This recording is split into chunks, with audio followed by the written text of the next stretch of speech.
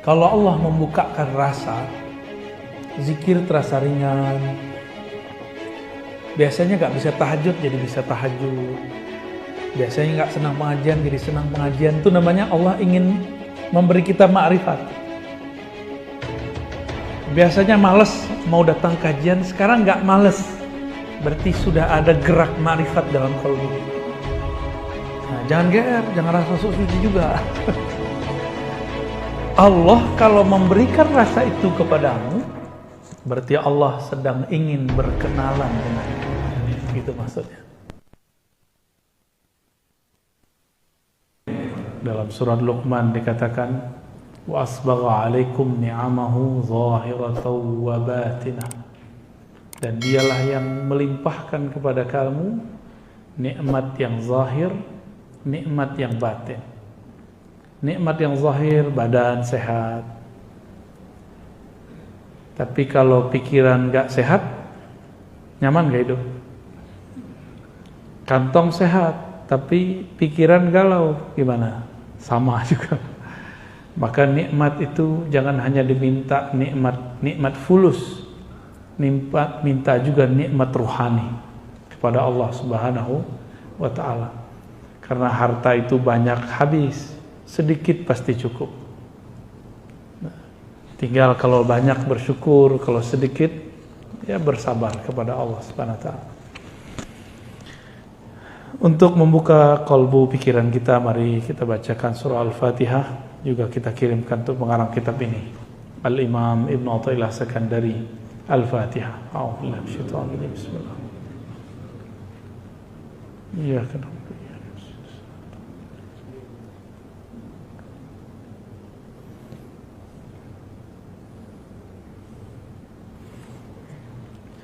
Qala Ibn Athaillah, la yushakkikannaka fil wa'di adamu wuqu'il maw'ud.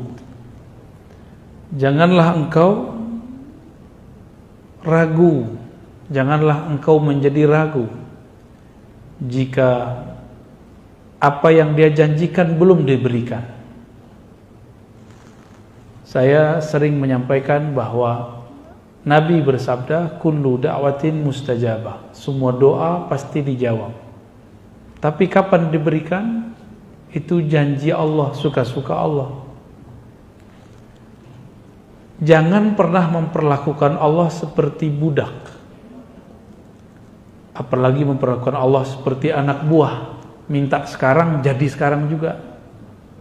Allah itu Rabbul Alamin. Rabbun, bahasa Arabnya dapat diartikan tuan, pemilik. Kita justru dimilikinya, bukan kita yang memiliki Allah. Jangan kebalik-balik. Jangan pernah ngomong, aku udah minta gak dikasih. Emang kamu siapa? Ya, saya udah bertahun-tahun minta gak dikasih-kasih. Lalu ya iya, terus kamu siapa? Bisa maksa-maksa Allah. Emang Allah bapaknya? Emang Allah anaknya? Emang Allah anak buahnya? Kan bukan. Kita gak berbuat apa-apa untuk Allah, terus minta-minta sesuatu. Malu. Pilih. Tidak minta dikasih, minta dikasih tapi waktunya suka-suka dia. Pilih mana Pak? Enggak minta. Apa yang harus dilakukan? Tunaikan tuntutannya. Apa yang dituntut dari kita? Wa'bud rabbaka hatta ya'tiyal yaqin. Sembahlah Allah, kenalilah Allah sampai kamu benar-benar yakin. Ya, ada tuh di belakang kan. Kalau terjemahan biasanya yakin diartikan al-maut. Kalau saya enggak, ya. Maut udah pasti. Kalau al-maut, kenapa enggak ditulis saja di situ wa'bud rabbaka hattal maut? Maka terjemahan kita lain. Al-yaqin, yakin. Yakin itu al-i'tiqad al-jazim. Keyakinan yang mantap kepada Allah Subhanahu wa ta'ala. Wa'bud dapat diartikan wa'rif. Kenalilah Allah sampai kamu yakin. Dan yakin itu banyak tingkatannya. Kita sudah tahu ilmul yakin, ainul yakin, hakul. Nah, yang dimaksud di situ di atas hakul yakin itu namanya yakin.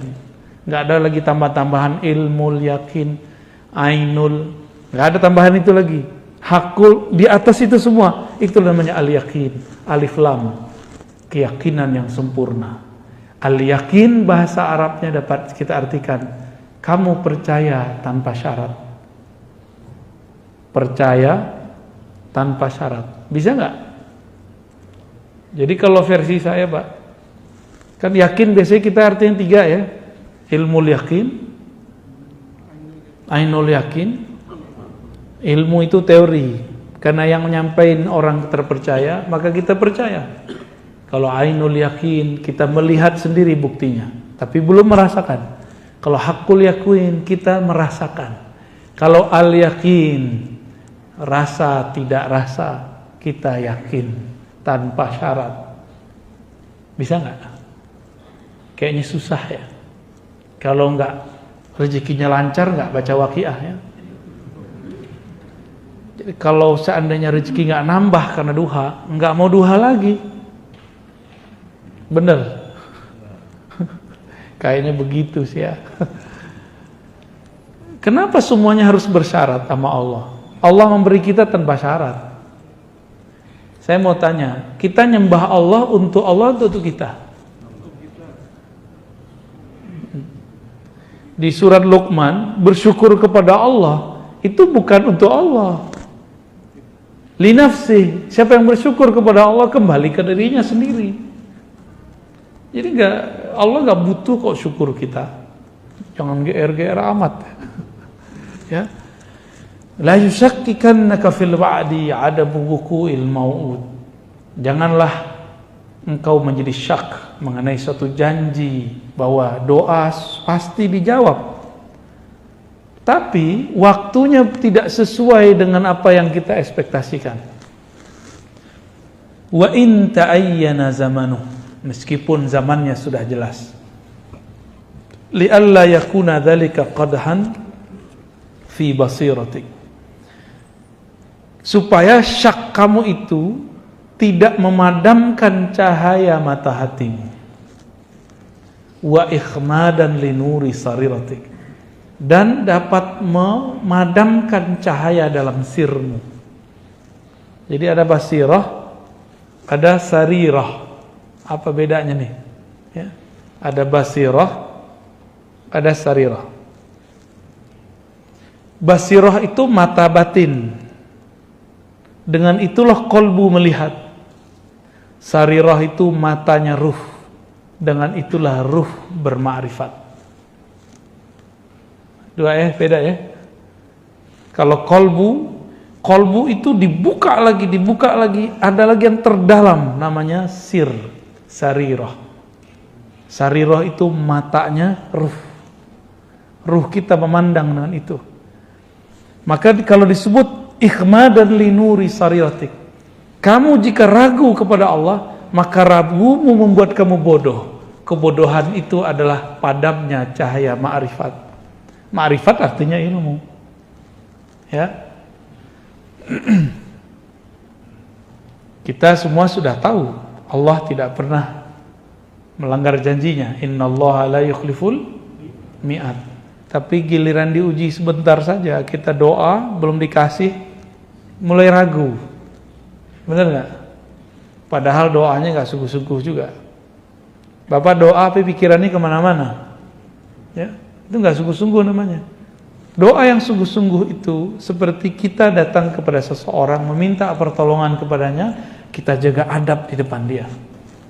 Berani nggak kita datang ke seseorang, orang bos, kita minta kepada dia sesuatu pakai proposal. Tuan, Bapak, mohon bantu acara kami, masjid kami, atau usaha kami. Tiba-tiba handphone bunyi, berani angkat nggak? Kalaupun diangkat dimatiin, benar nggak?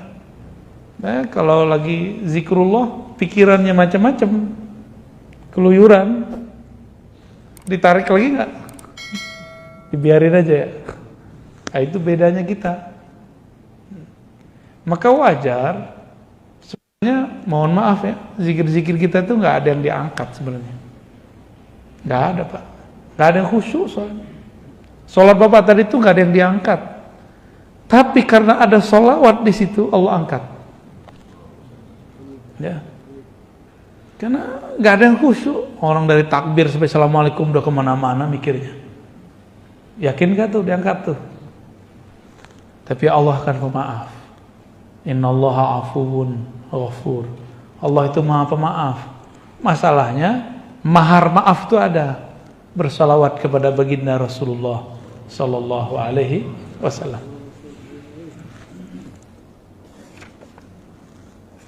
Kita masuk ke hikmah berikut ya. Dari kesimpulan sebelum masuk, jadi ciri-ciri orang yang basirahnya hidup, dia tidak syak meskipun doanya belum dijawab. Dia tidak syak kalau dia sakit berobat belum kunjung sembuh. Inilah rahasia Nabi Ayub. Nabi Ayub ditegur sama istrinya, Mas Ayub, kira-kira begitu ya. Kamu kan Nabi Allah, kekasih Allah. Orang-orang kalau ada apa-apa minta doa sama kamu. Masa kamu masalah kutilan kulit begitu aja nggak berdoa kepada Allah? Kata istrinya. Nabi Ayub bisa sabar dengan semua kata-kata orang di luar, tapi beliau langsung tersinggung. Bukan tersinggung terhadap dirinya, tapi tersinggung istrinya kenapa tidak bisa sabar. Ya. Kok istrinya mulai meragukan? Kamu kan Nabi, masa Nabi? Nah, gitu. Masa Nabi? Akhirnya Nabi Ayub mengatakan, pergilah kamu. Jika kamu tidak tahan bersamamu, pergilah. Tapi jika kita ketemu lagi nanti aku akan pukul kamu. Tapi itu istri paling baik. Wajar ya. Di zaman dulu nggak boleh istri ngeluh. Ngeluh dikit boleh cerai. Betapa pemaafnya Allah sekarang di masa syariat Nabi Muhammad. Istri ngomel-ngomelin kita gitu, maafin aja kan. Mohon maaf Bu ya. Di zaman Nabi Ibrahim punya mantu. Sesekali dia kunjungi anaknya lagi keluar rumah. Kata Nabi Ibrahim, ternyata mantunya lupa ini mertua dia karena jarang datang. Karena nikahnya waktu itu tidak ada Nabi Ibrahim. Nabi Ibrahim tidak hadir saat Nabi Ismail nikah. Dites sedikit doang. Gimana Neng nikah sama Mail? Kira-kira begitu Pak kalau bahasa sininya ya. Apa jawaban? Wah, payah. Bang Mail payah. Makan susah. Minta beli ini, beli itu nggak dikasih. Oke, oh gitu. Cuma pertanyaan begitu, jawabannya 3 jam. Apa kata Nabi Ibrahim? Nanti sampaikan ke suamimu. Aku ini orang penting baginya. Kalau suamimu pulang, sampaikan ganti pasak pintu ya. Pergi Nabi Ibrahim. Gak lama pulang Nabi Ismail. Nabi Ismail itu tahu ayahnya baru datang karena penciumannya tajam. Itu bukan penciuman hidung, Pak. Penciuman batin. Nabi Ismail langsung nanya. Tadi ada orang datang ya? Langsung nanya. Iya Mas, iya Bang. Lupa dia. Terus apa pesannya? Ya langsung nanya. Jadi Nabi Ismail punya firasat nih. Apa pesannya? Karena dilihat nggak masuk, cuma di luar aja. Berarti ada sesuatu nih. Kalau babe gue nggak masuk ke rumah bahaya nih. Kira-kira begitu. Kata orang tadi, orang aki-aki tua tadi, udah jelek, rewel lagi katanya. Punya pesan lagi. Lah pesannya apa? Ganti pasak pintumu. Oh gitu. Ya sudah, besok aku antar engkau pulang. Oh, maksudnya apa Bang? Kamu pasti membeberkan aibku, kelemahan suamimu. Tuh, hati-hati tuh ngomong status Facebook tentang perihal-perihal kelemahan rumah tangga. Memang gak ada lagi tempat cerita. Sampai harus berbicara, harus nyatet status. Ya. Coba hidup di zaman Nabi Ismail, di syariat Nabi Ibrahim, boleh dicerain. Ya, malah disuruh. Itu kalau dihitung sekarang banyak gak perempuan yang pantas dicerain? Ya, tunggu dulu Bang. Cowok-cowok juga pantas digugat cerai. Bapak Ibu yang bukan Allah, syariat zaman dulu itu betul-betul ketat. Di zaman nabi-nabi terdahulu tidak boleh ngambil harta rampasan perang. Nggak boleh. Di zaman nabi boleh. Di zaman nabi terdahulu zakat itu wajib 10%. Di zaman Nabi Muhammad ada pilihan-pilihannya, ada 0,5%, 5%. Ya, ada. Makanya sampai sekarang agama tersebut yang masih ngikut katanya agama nabi-nabi terdahulu masih 1/10. Lah, gede banget tuh 1/10 itu. Makanya di negara-negara Eropa yang maju, gereja-gereja sepi. Karena pajaknya sudah mahal, asuransinya mahal, ditambah kalau masuk gereja 10. Gereja sono Pak, kalau di sini saya nggak tahu. Kalau di kita ada juga LDIU lebih parah lagi. Bisa di atas 10 dia. Ya. Jadi kita hidup di Indonesia BPJS cuma 100.000, 150.000 udah deh. Udah ngomel tiap hari ya nggak? Coba Bapak kalau dipakai Eropa, pajak 40%. Berani nggak hidup di Eropa begitu? Makanya wajar sekolah di sana gratis, tol nggak bayar, tapi parkir bayar Pak. Parkir sono langganan. Jadi kita ini karena nggak pernah keluar, selalu ngomong, wah negara ini negara zolim. Kita nggak mau perbandingan. Kalau nggak suka kritik aja, nggak usah bilang-bilang zolim. Emang situ ngerti luar negeri, ya. Kalau nggak ngerti-ngerti amat, kita mending uskut, kul khairan, atau usmut, liasmut, atau diam. Itu lebih baik, ya. Apalagi kan anak muda Pak sekarang belum kemana-mana. Aduh, saya gergetan dengerin orang-orang begitu. Ya. Kita nggak seneng aja, tapi jangan berlebihan gitu. Idza fataha laka wijhatan min at-ta'arruf fala tubali ma'aha qalla 'amaluk. Kamu jangan kegeeran, kira-kira begitu maksudnya. Jika Allah bukakan suatu bab ma'rifatullah, tapi amalmu masih sedikit, jangan geer, biasa aja gitu. Fala tubali ma'aha in qalla 'amaluk. Jangan ngerasa sesuatu, biasa aja. Ya. Fa innahu ma fatahaha lak illa wa huwa yuridu an yata'arraf ilaik. Allah kalau membukakan pintu ma'rifat. Pintu ma'rifat itu pengenalan, rasa, cinta. Pernah sesekali lagi nggak niat ngapa-ngapain, pas sholat ternyata bergetar sesekali, pasti pernah. Itu di saat Bapak Ibu lagi lupa untuk khusyuk, dikasihlah Allah khusyuk. Hilang nafsu mau khusyuk, diberilah khusyuk. Jadi kapan kita diberi khusyuk? Obsesi khusyuknya hilang. Karena kalau kita punya obsesi itu menjadi Tuhan. Allah itu ingin disembah wahdahu la syarikalah. Bukan pengen hamba itu merasa khusyuk terus nyembah dia. Karena merasa tenang terus nyembah dia. Berarti kita nyembah tenang bukan nyembah dia. Bisa bedain? Ya, ini dua hal yang berbeda.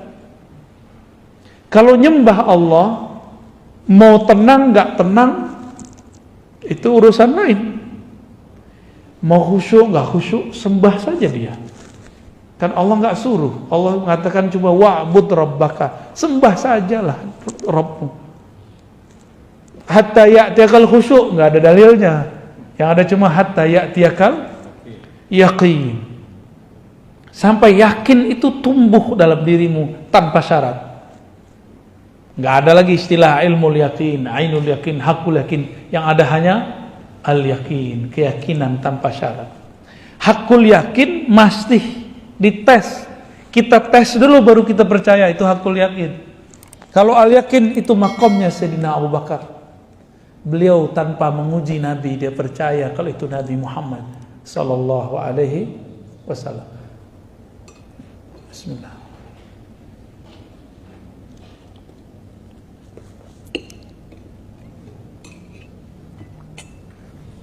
Kalau Allah membukakan rasa, zikir terasa ringan.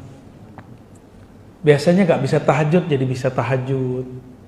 Biasanya gak senang pengajian jadi senang pengajian. Itu namanya Allah ingin memberi kita ma'rifat. Biasanya males mau datang kajian, sekarang gak males. Berarti sudah ada gerak ma'rifat dalam kolbu. Nah, jangan GR, jangan rasa sok suci juga. Allah kalau memberikan rasa itu kepadamu, berarti Allah sedang ingin berkenalan denganmu. Itu maksudnya. Kita tiba-tiba zikir pagi sore, kayaknya rajin. Pernah ngalamin itu gak? Baca Quran biasanya setahun sekali. Ini sebulan sekali. Atau sebulan berapa kali? Ada yang bisa 3 kali. Berarti 10 hari khatam. Terus bilang, keren juga gue ya. Pertama kali saya menghafal Quran, Pak. Hanya seminggu. Untuk pemula bisa hafal 1 juz. Saya hitung-hitung untuk kertas. Wih, tebel juga ya. Takjub itu. Wow, berarti otakku luar biasa. Berapa lembar nih? Saya hitung-hitung. Habis itu 3 bulan gak nambah 2 juz. 1 halamannya susah. Tobat lagi, astagfirullah. Kayaknya ada gak bener nih ya. Setelah kita tobat lagi, baru bisa jalan lagi tuh. Hafalnya cepat lagi. Itu awal-awal ngapalin Quran dulu tuh. Jadi ternyata ada juga godaan, padahal ini teks suci. Belum tentu cara menghafalnya, caranya suci.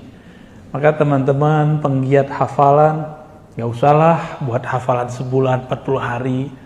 Lebay. Ikutinlah sahabat Nabi. Sahabat Nabi itu ngafalin dikit-dikit, khamsan, 5 baris. Mau Bapak Ibu? Ya, 5 baris. Ustaz boro-boro 5 baris. 1 baris lumayan. Ada tips yang masih kerja. Jangan buang-buang waktu. Berangkat dengerin surat An-Naba, tapi diulang-ulang. 1 surat aja. Jadi flash disknya isinya 1 surat aja. Jangan tamak mau banyak-banyak ayatnya. Kecuali emang mau mendengarkan banyak ayat. Makruh loh Pak, kita nyetel Quran terus kita ngobrol. Mending nyetel nasyid, nyetel sholawat. Jadi kalau nyetel Quran, kita diem. Itu adabnya ya. Jangan sok soleh. Biar kelihatan soleh teman-teman. Setel MP3, tartil. Tapi ngobrol ya salam. Itu nggak adab. Kenapa? Wa idza quri'al Qur'an fastami'u lahu wa ansitu. Surah Al-A'raf jelas tuh ayatnya. Jika dibacakan Quran, maka hendaklah kamu mendengarkan lalu diam. Itu adabnya ya.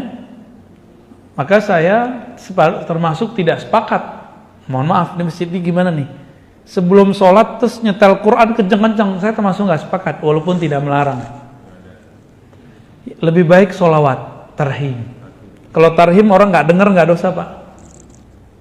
Tarhim kan cuma sholawat. Salatu wassalamu alaik gitu ya. Gitu ya. Assalatu wassalamu alaik ya. Begitulah saya suaranya udah sumbang Pak.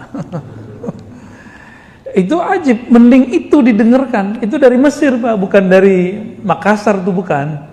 Mungkin Bapak punya kenangan waktu ke timur, ke Makassar, semua masjid begitu. Benar ya? Semua masjid. Dan itu indah sekali dalam memori kita. Jadi saya punya memori indah kalau pas ke timur sana. Lombok sama. Ya semua itu sama itu. Sebelum subuh, sebelum sholat lah ada 5 menit. Ya, saya pernah ke Buton, tempat teman saya ada pesantren Abdul Wahid ya. Ada di situ Dr. Falah. Ya, beberapa menit itu mereka tarhim karena itu santrinya yang baca. Kalau di sini suaranya sumbang-sumbang bajangan. Dan indahnya bukan main, karena itu salawat. 1 salawat ada 10 rahmat. Oh, Nabi tidak pernah lakukan. Nabi enggak lakukan. Tapi Nabi nyuruh salawat nggak? Al-Imam Ibnul Arabi Al-Maliki muridnya Imam Ghazali, bukan Ibnu Arabi yang satu lagi ya. Jadi Ibnu Arabi, pengarang kitab Aridatul Ahwazi, Syarah Sunan Tirmizi. Beliau mengatakan dalam beberapa karyanya, dianjurkan ya, sebelum sholat itu ada yang mengingatkan, baik dengan sholawat kah atau apapun. Beliau menganjurkan. Bahkan kalau beliau boleh pakai Quran. Cuma kalau kita sebaiknya bukan Quran tapi sholawatan ya. Alam ta'lam anna ta'arrufa huwa muriduhu alaik. Tahukah kamu bahwasannya ma'rifat itu keinginan kamu tadi untuk bangun lebih awal, pergi sholat berjamaah, apalagi berzikir pagi sore yang teratur, ikut pengajian walaupun jaraknya jauh. Jangan takjub dengan diri sendiri, tapi tahukah kamu bahwa makrifat itu dialah yang memberikannya kepadamu. Wal a'mal, sedangkan amalan, a'anta muhdiha ilaih, apakah kamu yang memberikan hadiah kepadanya? Ini kalau versi orang awam nih, gimana? Kalau kita ibadah, kita yang mempersembahkan hadiah kepada Allah, benar nggak? Tapi kalau orang kenal Allah, apa kata mereka? Ya Rabb, aku bisa sholat karena Engkau yang membuat aku bisa sholat. Saya sering nanya jamaah, nih sama nggak jawabannya di sini? Bapak Ibu bisa bangun tahajud, itu yang bangunin siapa? Alarm? Yakin? Alarm, pasangan, atau Allah? Dalam surah Az-Zumar dikatakan, Allah lah yatawaffal anfusa, yang mewafatkan jiwa-jiwa. Di antara jiwa itu ada yang Allah yumsik, Allah tarik, mati namanya. Ada yang Allah yursil, Allah lepas kembali, maka dia bangun dari tidurnya. Oleh karena itu, tidur itu saudaranya mati. Karena selangkah lagi mati, Pak. Kalau nggak dibalikin, mati sudah. Gitu. Doa kita apa bangun tidur? Segala puji bagi Engkau ya Allah, ahyana, yang kembali menghidupkan kami. Benar ya? Berarti hidup, kita dihidup nih. Tertidur itu mau mati namanya. Pengen mati enak atau mati susah? Mati enak. Jangan nonton ya sebelum tidur. Terus gimana sebelum tidur? Sebelum tidur tumbuhkan al-yakin tadi.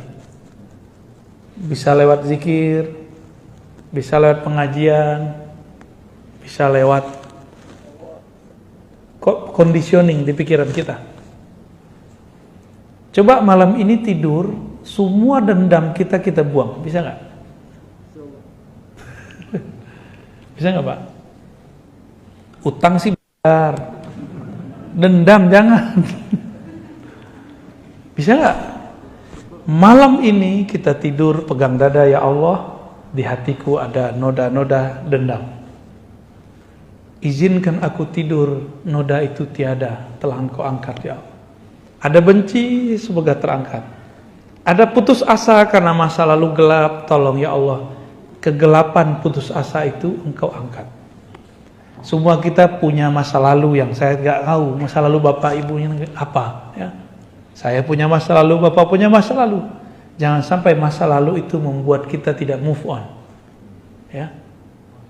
Harus move on, harus maju terus.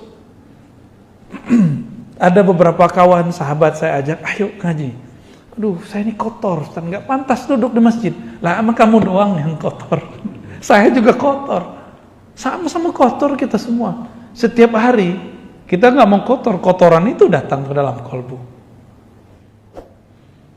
Jadi nggak usah putus asa. Itu kan setan yang menghambat dia. Nah, bapak ibu yang punya masa lalu yang gelap, sekarang bisa maju. Berarti dia dapat hadiah ma'rifat dari Allah Subhanahu wa ta'ala. Ainama tuhdihi ilaihi mimma huwa muridu alaih. Mana persembahanmu kepada Allah? Jika yang kamu anggap itu persembahan, sholat kamu anggap hadiah kepada Allah, terus kamu bisa sholat karena siapa?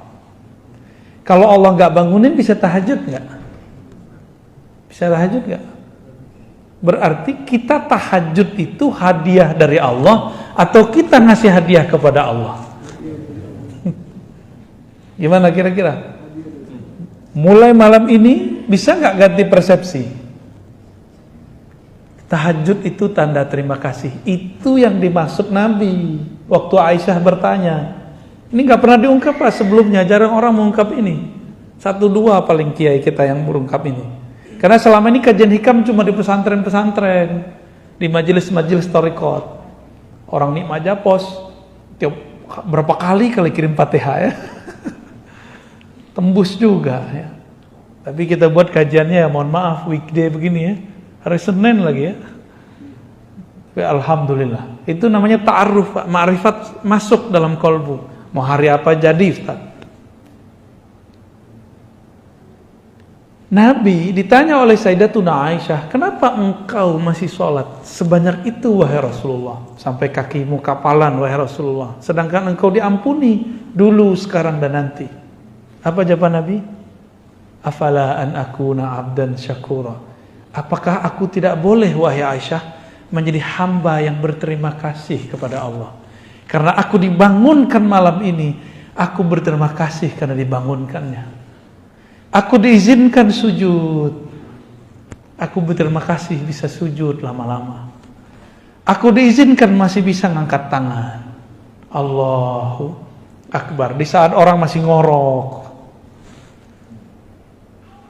Jadi Bapak bisa hidup, datang sekarang, jangan KR dulu, katakanlah hati terima kasih ya Allah. Di saat teman-temanku istirahatnya adalah tidur atau main handphone atau nonton, Engkau gerakkan aku beristirahat dengan cara mendengarkan hikmah-hikmah dari walimu. Al-Imam Ibn Athaillah As-Sakandari, waliullah di zamannya, kutub bahkan Al-Ghaus ya.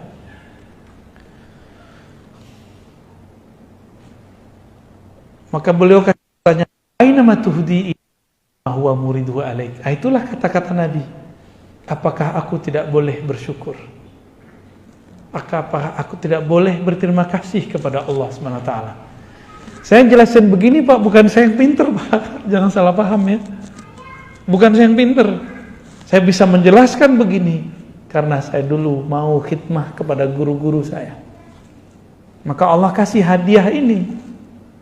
Jadi ini hadiah dari Allah, bukan saya yang menghadiahkan ke Bapak ya. Maka nanti kalau ada yang bisa baca kitab, bawa kitabnya ke sini Pak. Jadi ngaji, lihat, walaupun terjemahan, baca aja. Siapa tahu ada umur, ya, bisa mengajarkannya, ya. Amin. Kalau enggak bisa ngajarin dia orang, dia di rumah kita. Siapa tahu, ya. Jadi gimana? Mas ini minta pahala?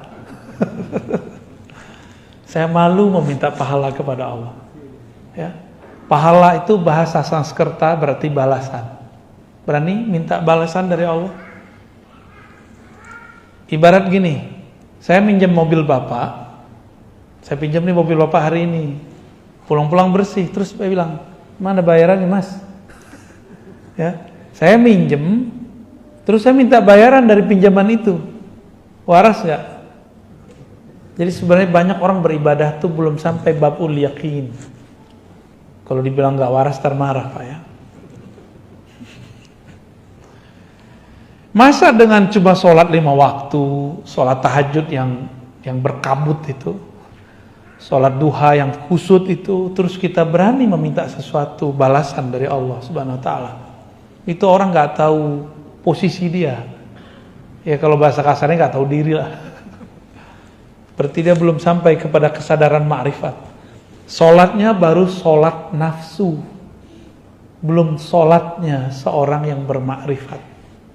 Dia nafsu mau dapat sesuatu, dia sholat. Moga-moga sholatnya memperlancar dia dapat sesuatu. Itu nggak baik ya.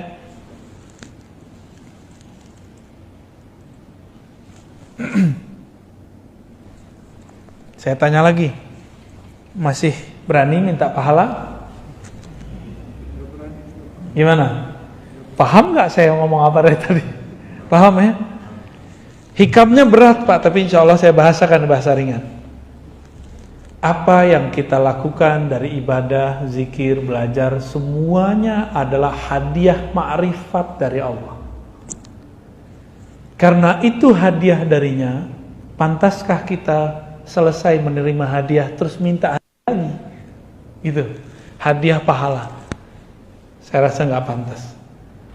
Maka saya mengimbau diri saya sendiri dan kita semua yang hadir, cukup meminta pahalanya. Maka benarlah imam-imam kita yang mengajarkan sholat, lalu selesai sholat bacanya lillahi astaghfirullahaladzim. Sebelum sholat membaca astaghfirullah, asyhadu an la ilaha illallah, asyhadu anna rasulullah, usolli fardal maghribi atau fardal isya'i, bla bla bla bla, belakangnya lillahi ta'ala. Itu wajar, supaya nggak minta macem-macem, ya. Kalau masih minta macam-macam, berarti belum dapat ma'rifat, baru dapat amal. Gitu. Jadi kalau kita buat dua tuh model cara orang beribadah ya. Ini banyak-banyak pegangan nih Pak.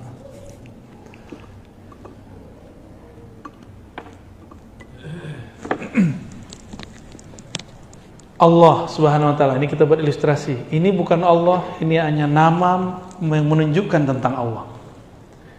Allah menurunkan ma'rifat. Apa yang diturunkan? Biar kepalanya tengong dikit, Pak. Ma'rifat. Bentuk ma'rifat itu apa? Ilmu dulu.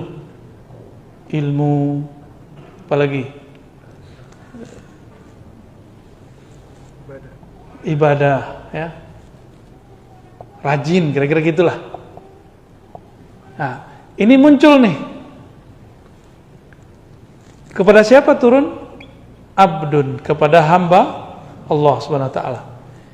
Kalau itu turun, maka si hamba dapat sholat. Dia rajin sholat, dia ngaji, dia ibadah. Bapak sedekah, itu harta dari siapa? Masih meminta pahala. Betul, Allah mengatakan satu kali ngasih, 1 kali 700, benar nggak? Ini yang ikhlasnya lumayan. Kalau ikhlasnya kurang, 1 kali 10, ini standar. Ikhlas nggak ikhlas ini dapat 10. Maka orang non muslim, kalau dia suka memberi, dia dapat 10 keberkahan, walaupun dia non muslim. Tapi kalau dia percaya kepada Allah, langsung naik 700. Tapi kalau dia tidak bersyarat al-yakin, 1 kali tak terhingga. Pilih mana Pak? Nah, si hamba ini ketika dia sholat, jika dia sudah faham bahwa ini ma'rifat, bagi dia bukan memberi hadiah kepada Allah, tapi dia sedang ibadah itu. Kalau si hamba datang kepada Allah disebut dengan ubudiyah. Apa arti ubudiyah? Penghambaan. Itu artinya, bukan ibadah. Penghambaan. Jadi sholat itu bukan lagi untuk minta pahala. Maka harap jamaah kita malam ini mulai dewasa rohaninya. Jadi kedewasaan rohani ditandai dengan sholat tidak minta sesuatu lagi kepada Allah. Siap malam ini? Nggak minta khusyuk, nggak minta tenang, nggak minta pahala, nggak minta surga. Yang diminta cuma Allah, pemilik surga dan neraka. Itu. Allah mengatakan, aqimis salata lidzikri. Surat Taha ayat 14. Salatlah kamu untuk sekedar mengingatku. Bukan supaya tenang. Ingat saja aku, nanti pasti tenang. Karena kalau orang dia mencari ketenangan, dia nggak pernah tenang. Emang tenang itu apa? Tenang itu di saat dia lupa mencari ketenangan. Kapan dia lupa mencari ketenangan? Di saat dia lupa apa yang harus ditenangkan. Yang harus ditenangkan? Pikiran, hati. Lupakan itu, baru masuk ke zikrullah. Maka zikir itu ada tingkatannya 3. Tingkatan zikir, Pak. Pertama, zikir menyebut. Ya, ini tingkatan zikir nih. Kalau kita buat tingkatan zikir, zikrullah ya.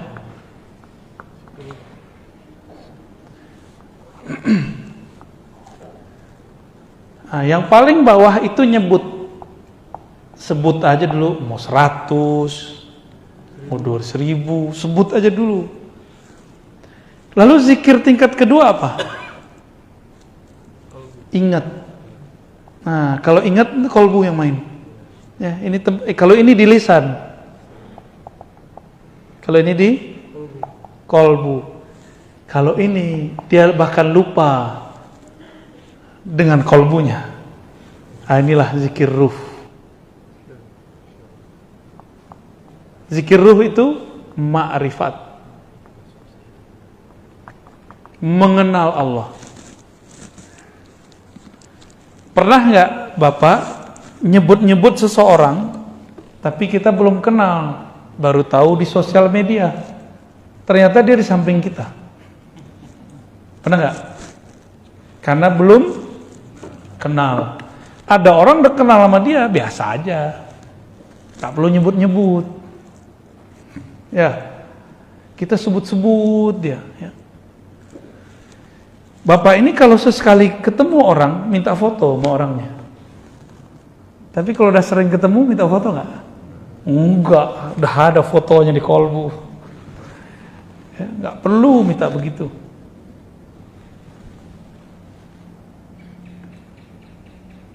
Nah, itulah modelnya ya. Menyebut, mengingat, bermakrifat, mengenal. Makrifat artinya mengenal. Kalau sudah mengenal, Allah jauh nggak dari kita? Allah dekat apa jauh? Allah sangat dekat. Karena dia sangat dekat, dia nggak perlu disebut-sebut, dia nggak perlu diingat-ingat. Cukup dia dikenal, didekati, diajak ngobrol. Kalau udah kenal, ngobrol nggak? Tapi kalau belum kenal, berani nggak ngajak ngobrol?